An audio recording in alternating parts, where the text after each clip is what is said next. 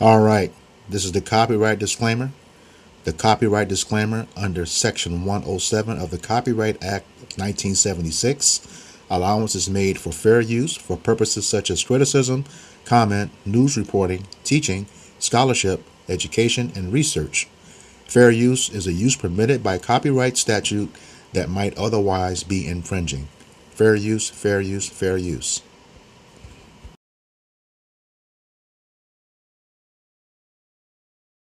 You understand how dysfunctional, how disruptive the white man, nobody on this planet has been able to live in peace with this fucking motherfucker. Because it's not in their nature. It's in their nature just to try to conquer and lie and kill. And when everything is going good, it just gotta go bad. Everybody chilling. Hey, what are you doing? It just gotta go bad. Mm-hmm. You punk motherfucker.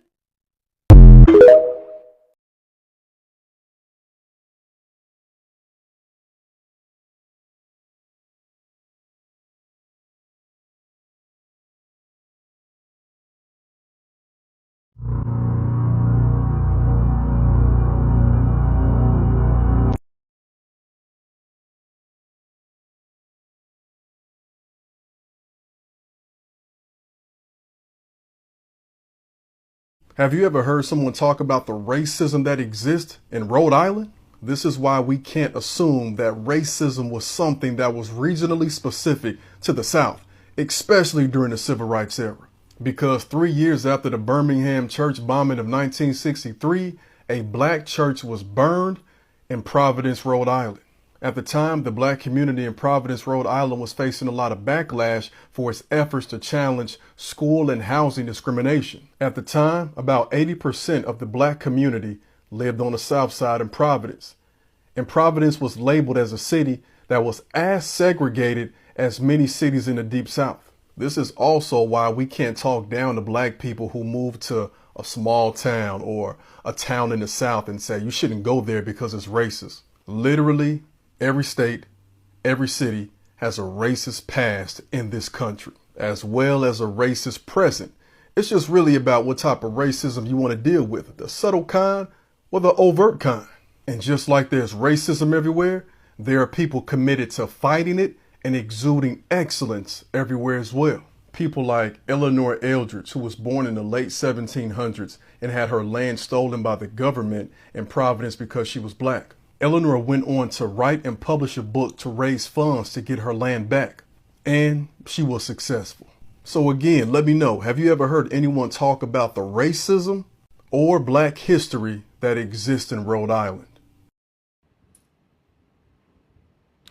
This is the book of Obadiah, chapter 1, verse 10, and it reads, For thy violence against thy brother Jacob, shame shall cover thee, and thou shalt be cut off forever. Giving all praises, glory, and honor to Yahweh, Bahashem, Yahweh Shai, Bahashem, Rahak HaKodash. Double honors to the apostles and elders of Great Millstone who rule well in teaching me this 100% truth. Salutations to them and my fellow Hakim who labor in this truth week in and week out on the highways and byways. Also salutations to the hopeful elect of the scattered 12 tribes of Israel, scattered to the four corners of the earth, that be like unto the speckled bird, also known as your Israelite foreigners and your so-called Negroes, Latinos, and Native Americans. To you, I say Shalom. This is your brother Ayashah Barazal from the Indianapolis branch of the Great Millstone, coming back at you with another lesson that is edifying to the elect body of the nation of Israel. All right, and I got this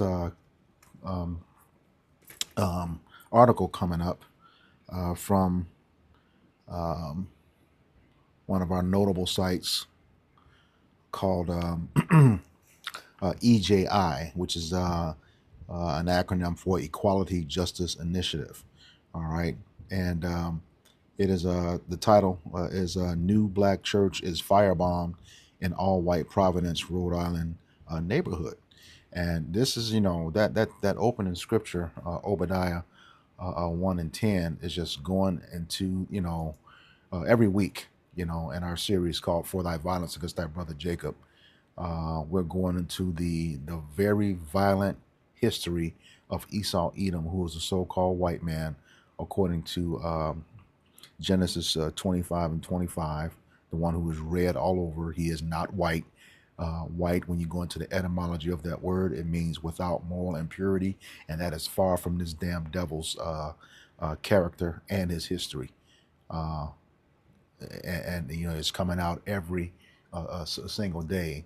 The type of devil that he really is. Okay, and then he tries to project onto Jacob, making us the face of the problems he actually causes. Okay, and you know, now that this information is coming out, you know, they're having a hard time dealing with it. You're seeing this term called black fatigue. You know, oh, racism. You know, that was so long ago. No, the Lord requires that which is past. Okay, yeah, you have to give an account for all of your wickedness against the children of Israel. Again, who are your so-called Negroes, Latinos, and Native Americans, and those who are of the same bloodline scattered abroad that look like the heathen nations, okay, but are actually Israelites. All right, so you're gonna have to pay for that, and it's gonna be a hefty price too. No bargaining. You know, no ransom you can give. It's gonna get you out of this fucking judgment that you got coming up. None whatsoever. All right, and your hatred has been perpetual, right? And you know that when you crying that slogan "Black Fatigue," you know, with respect to the scripture, that's showing that your shame is starting to cover you. You can't take it. You can't take your own history, you know. But you're gonna drink of this cup and swallow it all down, dregs and all. All right. It says, "And thou shalt be cut off forever." So that's the ultimate goal. All right. Once you're tried and convicted of all of your crimes throughout history, okay, you're going into slavery, point blank, period. And then after that period is over, you know, you're going to be wiped off of the face of the earth. Thus saith the Bible, and I'm going to prove that. All right. This is the book of Amos, chapter 11, chapter 1, verse 11. And it reads, "Thus saith Yahweh Bashem Yahweh Shai, for 3 transgressions of Edom, and for 4, I will not turn away the punishment thereof." The Lord is not going to acquit you of your wickedness. All right. He says, because he did pursue his brother Jacob with the sword. Okay, that was your blessing. Going back to Genesis chapter 27, verses 38 through 41. And you are the sword of the Lord, according to Psalm 17:13. All right. It says, because he did pursue his brother with the sword and did cast off all pity. You had no mercy. Okay. Just like you will not receive any mercy, according to James 2:13. And the Zondervan Compact Bible Dictionary reaffirms this by saying Edom is the only nation or neighbor of the Israelites who will not receive mercy. All right. It says, and he did, and his anger did tear perpetually. Tear. All right. Perpetually. You know, violence. It says, and he kept his wrath forever. And that's to this very day. All right. This very day. We're seeing it now. The guy that was just shot point blank in the face while he was being tased in Wisconsin. And, you know, not too far away, you had this guy chase a cop down and beat him up. You know, make it make sense. But your job is to eliminate the Israelites. We understand that now. As the police, as the Edomites, that's what your job is. Okay, and his anger did tear perpetually.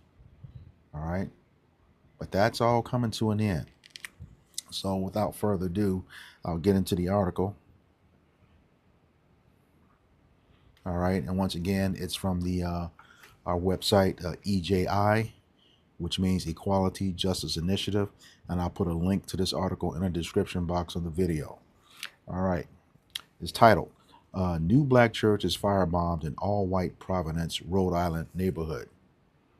All right, it says just after midnight on August 15th, 1966, Okay, 1966, as a lot of you Edomites like to say, oh, that was so long ago. Well, no, it wasn't. All right. It says 3 firebombs were hurled through the window of Holy Cross Church of God in Christ. That's the name of it.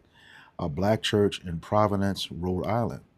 The church had opened 5 weeks prior in an all-white part of the Federal Hill neighborhood. Now these supposed to be Christians, right? They're blowing up houses of worship, and I'll get into that here shortly. He said the bombs shattered the church's glass windows and lit several pews in the Sunday school classroom on fire.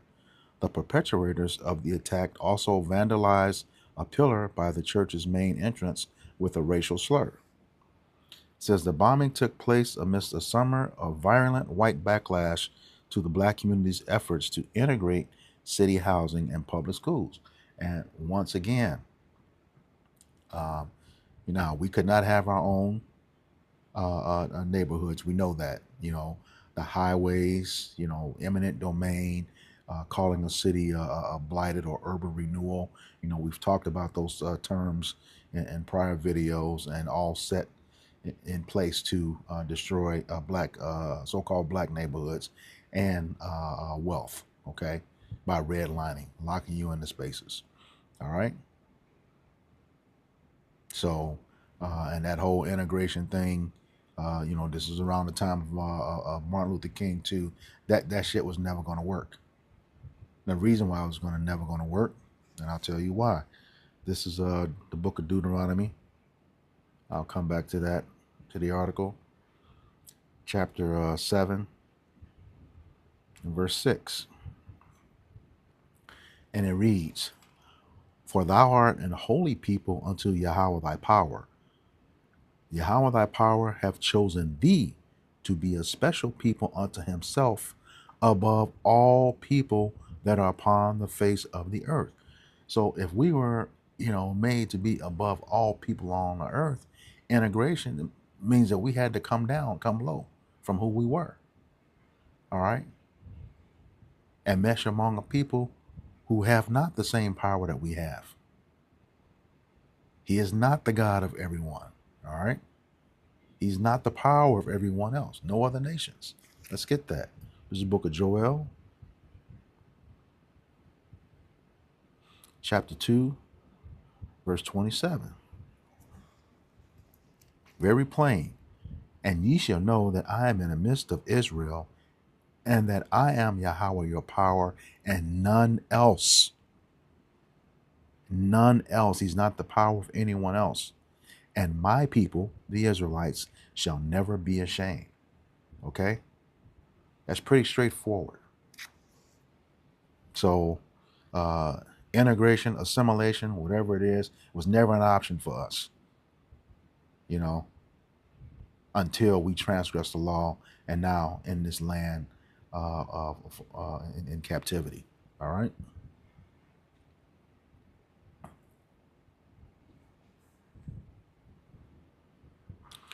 It goes on.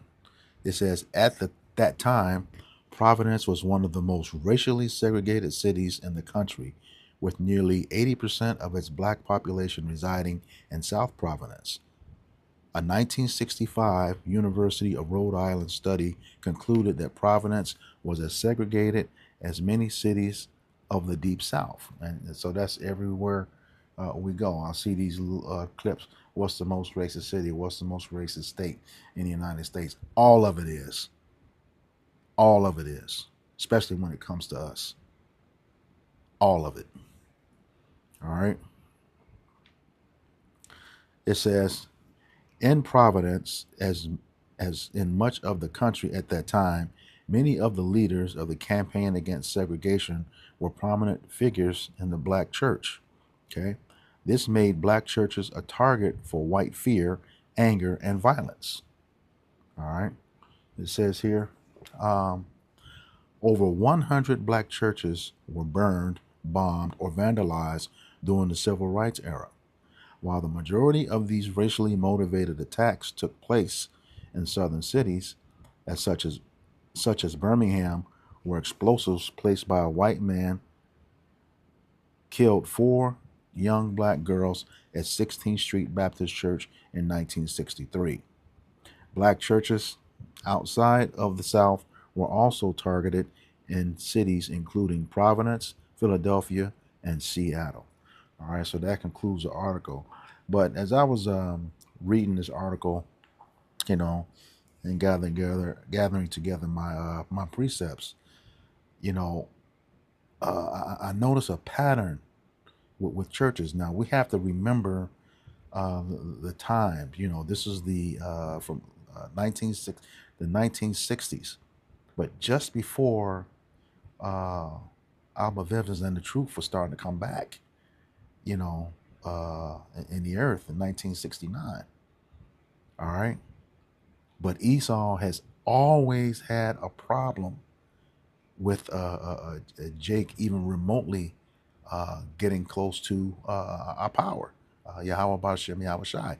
Even though at that time, you know, most of Jake didn't know the name at that time, just the thought of us, you know, coming back to our power.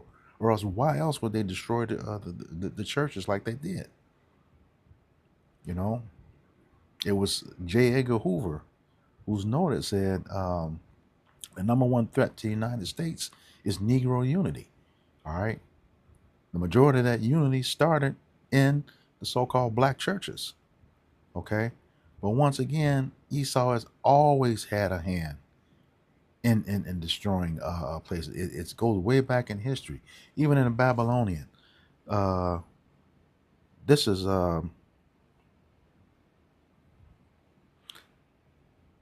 First Esdras in the Apocrypha.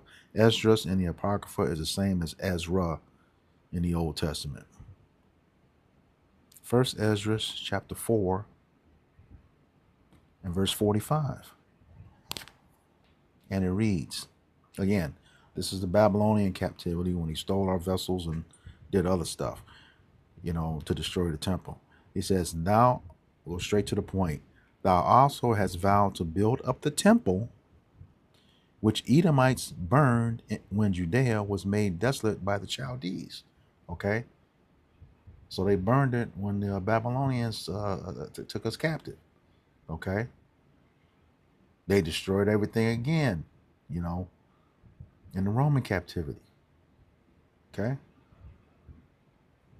and now everything resides in the Vatican. Okay, to this day. So yeah, they always had a hand, you know, and history is just repeating itself, you know, with the bombing of these churches.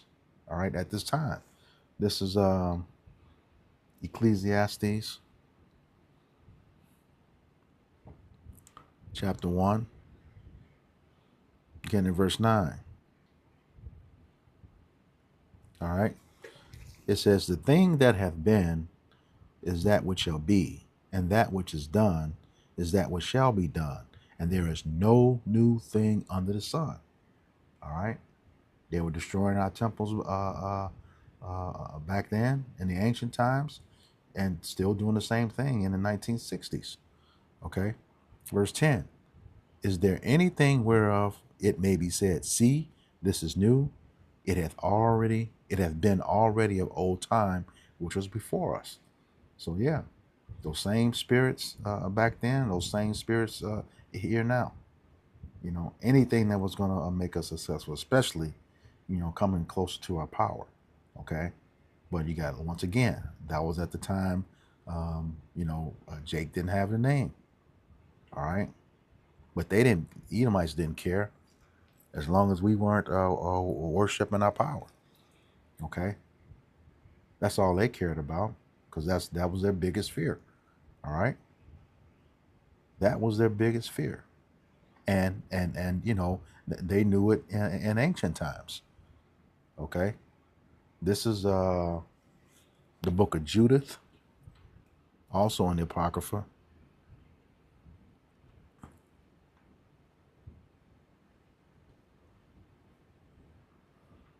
Um, Chapter 5. I'm going to start at verse 17. And this is Achior speaking with Holofernes during the Assyrian captivity. All right. And he's saying here, and whilst they sin not before their power, they prosper, talking about the Israelites, because the power that hateth iniquity was with them. All right. Yahweh Bashem Yahushai. He says, but when they departed from the way which he appointed them, they were destroyed in many battles, very sore, and were led captives into a land that was not theirs, and their temple of their power was cast to the ground, and their cities were taken by the enemies. See there? When we turned away from the Lord, it was always a destruction of our temples. Okay? It says, but now they are returned to their power and are come up from the places where they were scattered and have possessed Jerusalem, where their sanctuary is, and are seated in the hill country, for it was desolate. Verse 20 says, now therefore, my Lord and Governor, if there be any error against this people, and they sin against their power, let us consider that this shall be their ruin, and let us go up, and we shall overcome them. All right, so they knew. They knew. All right. Verse 21 says, but if there be no iniquity in their nation, let my Lord now pass by, lest their Lord defend them and their power before them, and we become a reproach before all the world, just like ancient Egypt did. All right. Just like ancient Egypt did. All right. But once again, you know, and this, you know, we were taken into the Assyrian captivity, and the Edomites did help at this time with the destruction. All right, I'm gonna go straight to that part of history in Judith chapter 7. And I have it down as verses 8 through 19. All right. Judith chapter 7, verse 8. Then came unto him, all right, this is a whole furnace, all the chief of the children of Esau, and all the governors of the people of Moab, and the captains of the seacoast, and said, let our Lord, okay, now hear a word, that there be not an overthrow in thine army. For this people of the children of Israel do not trust in their spears, but in the height of the mountains wherein they dwell, because it is not easy to come up to the tops of their mountains. Verse 11.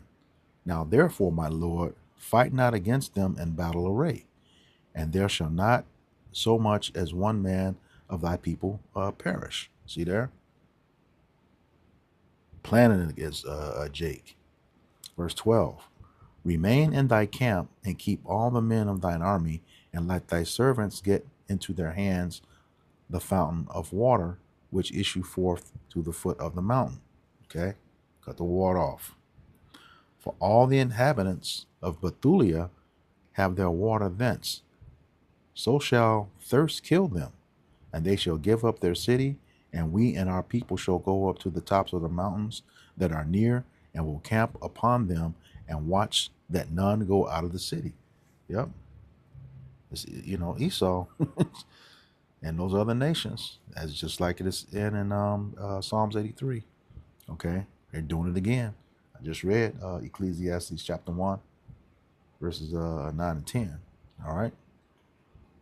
Verse 14. So they and their wives and their children shall be consumed with fire, and before the sword come against them, they shall be overthrown in the streets where they dwell. Verse 15. Thus shalt thou render them an evil reward, because they have rebelled and met not thy person peaceably. All right.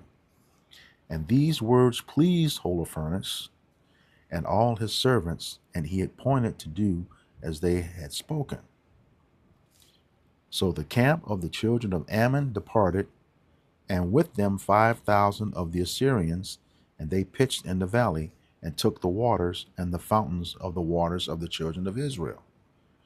It says, then the children of Esau, the bastards, you know, went up with the children of Ammon and camped in the hill country over it against Dothaim, and they sent some of them toward the south and toward the east over against Ekrabel, which is near to Chusi, that is upon the brook of Machmur.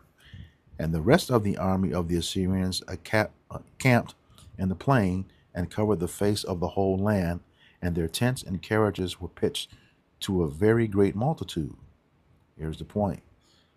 Then the children of Israel cried unto the Lord their power, because their heart failed, for all their enemies had encamped round about, and there was no way to escape out from them. All right, so yeah, that's when we turned away. Just like he said, if they honor their God, don't even try it, because he will make you a reproach. When they dishonor him, we can go after them. And obviously then they did. All right. So yeah, they always came to destroy our temples all throughout history. But here's a problem now. Okay. First temple was destroyed. Second temple was destroyed. Now you got the imposters in the land talking about they're building the third temple. And see, here's where it's important, especially you dumb jakes. You don't read. The third temple is not a building, okay? A physical building. And how do we know that? This is Acts chapter 17.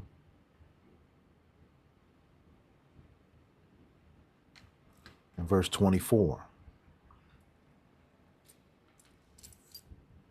And it reads, Yahweh Bashem Yahweh Shai, or the powers that made the world and all things therein, seeing that he is Lord of heaven and earth, dwelleth not in temples made with hands. He dwelleth not in temples made with hands. Okay?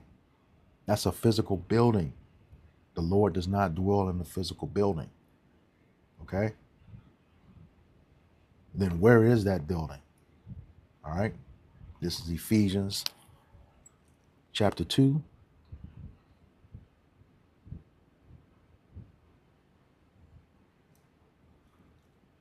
Beginning in verse 18.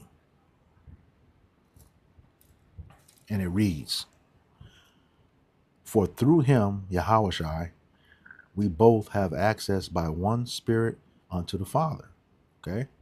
And those were, the Jews who knew they were Jews, and those, or the Israelites who knew they were Israelites, and the Gentiles who didn't. Okay? It says, Now for ye are no more strangers and foreigners, but fellow citizens with the saints who are Israelites, according to Psalms 50 and 5 and Psalms 148, 13 and 14. All right. It says, and are built upon the foundation of the apostles and prophets, Yahushua HaMashiach being the chief cornerstone. So if Yahushua HaMashiach is the chief cornerstone, okay, what type of what's the chief corner? Is the main a stone of a building. So with him being, an everlasting power, in the form of man, that means the rest of the building has to be men. All right. And like it just said, and are built upon the foundation of the apostles and prophets. Okay. His elect. Okay. Yahushua HaMashiach himself being the chief cornerstone, in whom all the building fitly framed together groweth unto a holy temple in the Lord.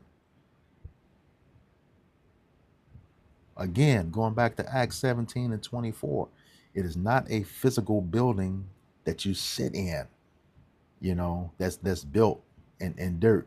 No, These are the elect men. All right. Verse 21 again.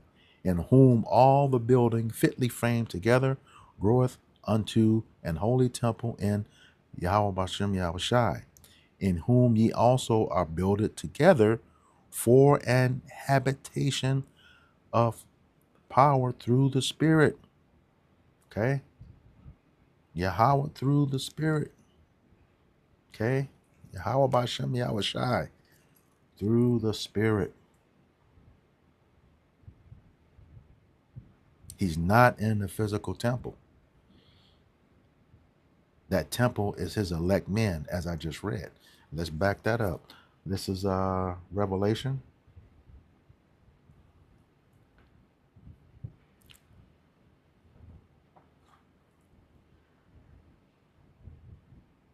Chapter 21 and verse 3. Straight to the point. And I heard a great voice out of heaven saying, Behold, the tabernacle of Yahweh Bashem Yahushai is with men. Tabernacle being another name for temple. Okay? Sanctuary. And he will dwell with them, and they shall be his people, and Yahweh Bashem Yahushai himself shall be with them and be their power. All right? So, whatever they're building over there, it's not good. It don't have a damn thing to do with, the true people of Yahweh Bashem Yahushai, who are the Israelites. But I just wanted to, use that to show that, hey, that this is why they destroyed our temples. They wanted to keep us from our power. Okay? That's why this last one, is a spiritual temple. Nothing physical. You can't burn this one down. Okay? You could probably take some of the stones, but the Lord bring them right back. All right? We know that. He's going to bring them right back when that final temple is built. Those who are taken out on this side, 1 Thessalonians 4:16 through 18 said those who died in Hamashiach shall rise first. Okay? And those who are left behind shall be caught up in the air with them in the clouds. Roughly paraphrasing. All right? But needless to say, while they were, destroying our churches, again, all of this stuff is being added up. And again, that was the time before, just when, Abba Vivens was coming on the scene. All right. And now, like the scriptures say, in the land of our captivities, we were going to remember ourselves. All right. And that's when that temple started being built, the spiritual temple with the Lord, having the correct name, learning the correct doctrine, correct names, Salakia, the name of the Father, meaning is Yahweh, meaning he exists. Bahashem, meaning in the name. Yahweh Shai, the name of the Son, meaning he saves, he delivers. Okay? That's when the temple started being built. Okay? And it's still going. Not that bullshit they trying to build in the land. Those imposters are trying to build in the land right now. The Lord going to destroy that shit, and you all too. All right? And quiet is kept. Quiet is kept. We know that the IDF soldiers are going to merge, with the U.S. military. All of you are Edom. All of you are Edom, Esau, Edom. According to Genesis 36, there's no separation between the two. It's that Amalek is the head tribe. There's really no difference between you two. The whole nation is wicked. Okay? But Amalek, you just, as they say, to take the cake, You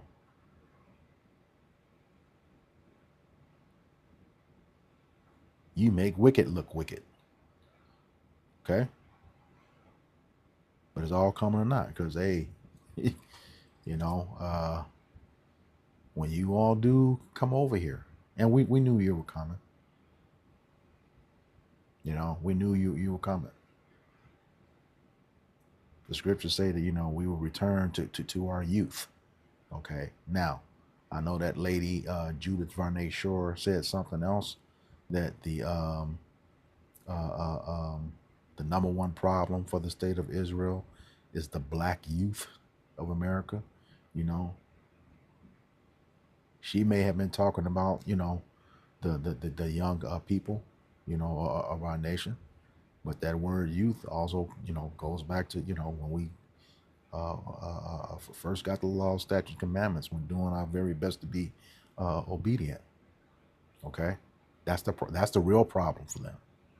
Okay, the real problem. They're gonna find out. So yeah, you know, just give you a little backup on that history of you know, the destroying churches. You know, deep down, you know, they were repeating the things that they did in the past to keep us away from our power. All right, but again, they're gonna pay for it. This is the book of Revelation, chapter 13, verses 9 and 10. Verse 9, and it reads, if any man have an ear, let him hear. If any man have understanding, let him understand. Verse 10, he that leadeth into captivity shall go into captivity. He that killeth with the sword must be killed with the sword. Here is the patience and the faith of the saints. Okay, who has led us into captivity and had us there for the longest? Esau, Edom, the so-called white man. And when he didn't directly have us in captivity, he made sure that anyone who put us in captivity didn't have to work as hard, because he was there to help. Okay? Esau, Edom. All right? And it says, he that killeth with the sword must be killed with the sword. So the same gift that was given to you back in Genesis 27, verse 38 through 41, is the same one that's going to take you out. Okay? That weapon of mass destruction. All right? But ours is going to be much better. Much better. Yours won't compare. I mean, sword, according to the scripture, is still a killing instrument, no matter what. But yours won't be any match for ours. All right? And it says, here is the patience and the faith of the saints. Again, the saints are the Israelites. You know, the elect ones in this case. All right? According to Psalms 50 and 5 and Psalms 148, 13 and 14. All right? And then after that captivity is over, like I said, you know, you're going to be killed with the sword. Who was that? That's you, Esau, Edom. This is Obadiah 1 and 18.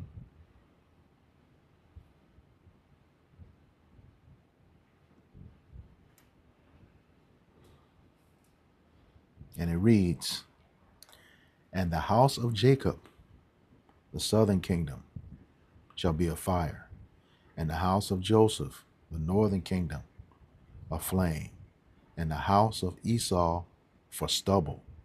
And they, meaning northern and southern kingdom coming back as one, shall kindle in them and devour them, and there shall not be any remaining of the house of Esau. For Yahweh Bahashem Yahweh Shai have spoken it. You hear that, Esau? There will not be any of you remaining.